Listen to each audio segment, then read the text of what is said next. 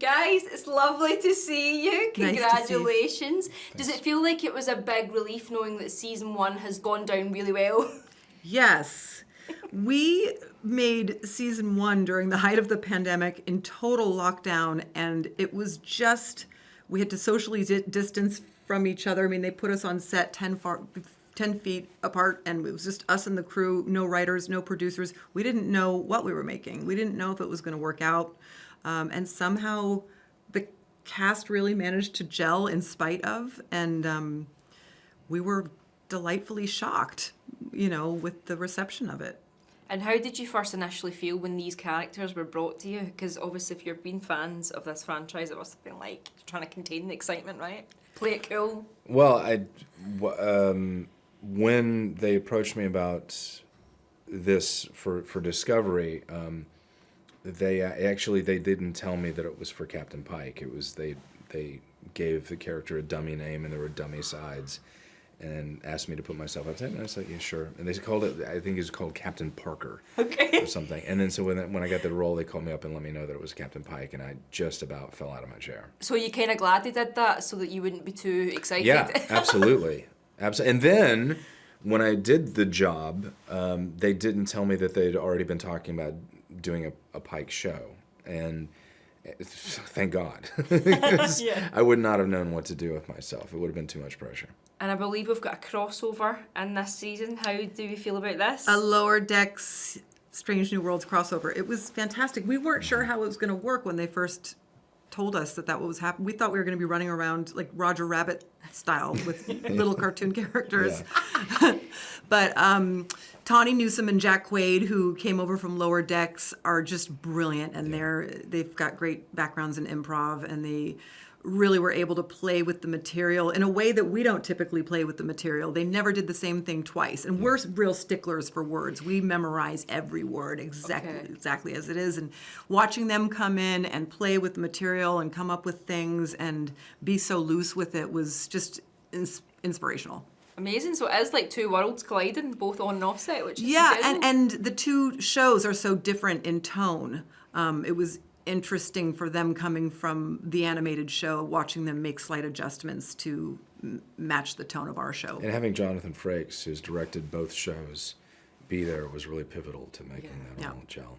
And obviously you guys are Trekkies. What has it been like interacting with the fans of this? Because the fans of this franchise are so dedicated, and they range in generations as well. Yeah, fantastic. It's such an important part of being in the Trek family, and the Trek community is a part of the family, and we love the interaction.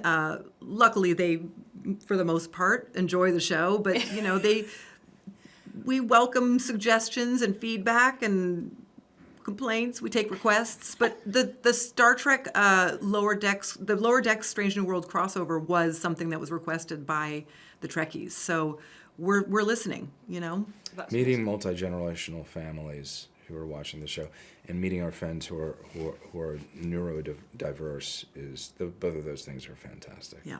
Absolutely, and we have to talk about the outfits because it's all very sharp lines. It looks great. What have you pinched from set? What have you taken?